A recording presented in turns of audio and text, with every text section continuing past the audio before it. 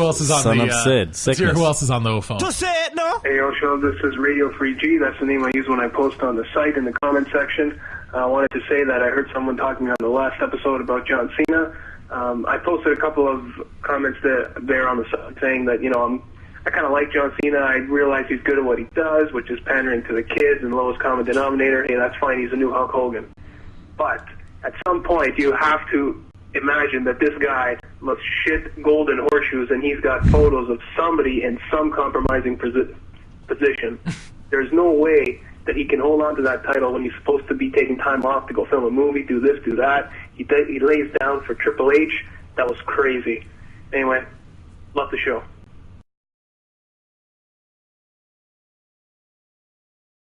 I'm not sure what Radio Free G was saying at the end there, because he's like, I like Cena, but then he laid down to Hunter. That's crazy. Wait, did I miss something? Talking to the past. Yeah, I'm not exactly sure when he laid down to Hunter. Was that recent? I don't know. I think Hunter puts Cena over more than anybody. Yeah, I'll say this much. I mean, I get what Cena's job is, and I suppose he's doing his job. Maybe he's been told he's supposed to be Superman, but I just think there's a way to do it where you can still win a match, but it doesn't look like nothing has happened to you at all.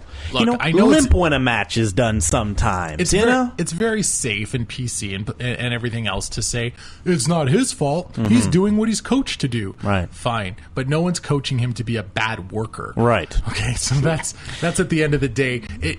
You whittle it all down, and yes, his promos may be coached, and yes, his matches are handed to him, and the books are given to him, and he's doing what he's told to do.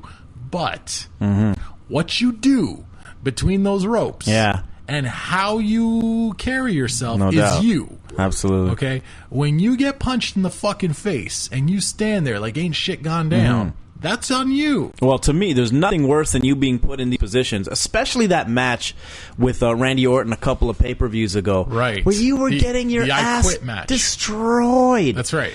And you didn't so much as get a Band-Aid worthy scratch. That's right.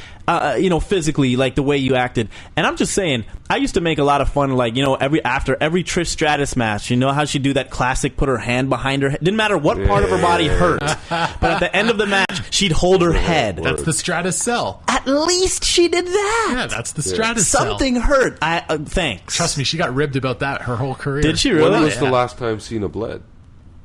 Has he ever? At the last pay-per-view. It was a shoot bleed. There you go. Oh, well, but that couldn't have hurt him, though. They patched it up real quick. Yeah, as Doctor always hooks it up. Okay, but listen. Yeah. The thing about Cena is all those things we hate. Go back to segment 1 of this show.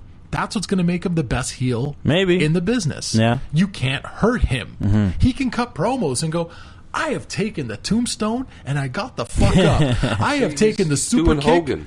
Yeah. Remember Hogan, Immortal Hulk Hogan? But Hogan made you believe it, feel that he was in trouble. Every single match. Now. No, but when you were watching it, you were a kid. If you were a kid, would you like Cena? That's fair. But kids, listen.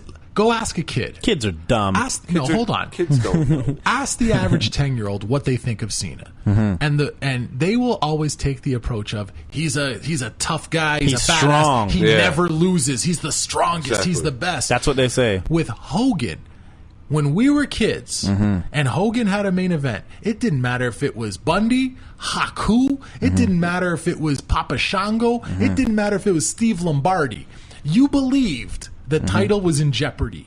You believed that Hulkamania was in trouble because of his ability to sell, because of his ability to really draw you in. Yeah, he made you believe that part he of it. made too. you believe. Yeah. Cena doesn't make you believe anything other than the fact that he's the baddest man in the world. Hey, if that's the message received. Right. Okay? But there's no levels to that message. But I don't believe that part of the message. No, nobody has to believe it. That's the point. It's not believable. Right. Yeah. That's the message they're conveying, and we're not buying it. Right. That's my whole point. Totally. With Hogan, you look at him. He's 6'7". He's 310 pounds in his prime. Yeah. 24-inch pythons, and you look at him and you go, "Wow!" And then this big motherfucker, bigger dudes, bigger dude is in trouble all the time. and yet he did it in a way where he never lost face. And you can. He never lost face. Nobody ever looked at Hogan in his prime and said, I'm talking fans. Yeah. Nobody ever looked at him and go, oh, he's a pussy. Haku kicked his ass for 10 minutes on Saturday night's main event. He was lucky to win. Right. He came out and people go, I was so scared, but he's the best. Hogan won. The greatest analogy. It's a whole different set of emotions, brother. The greatest analogy of this is I remember seeing a Jackie Chan interview. I might even have mentioned this on the show before. I don't know. And Jackie Chan mentioned that in his movies, he goes, what he feels has really been the crux of his movies, other than his amazing acrobatics and martial arts expertise, is the fact that his character always gets hurt. He goes, I'm not a superhero. I don't play superheroes. I get beat up. I get tossed around, I get punched and kicked, I don't avoid every shot there is. But somehow, some way, I manage to, the good guy's going to win in the end. But it's that much more believable when you think your good guy's in trouble. Yeah, and that's the difference. It's a great topic. And you know what? It's maybe something we can touch on a little bit more in the roundtable later on. Sure.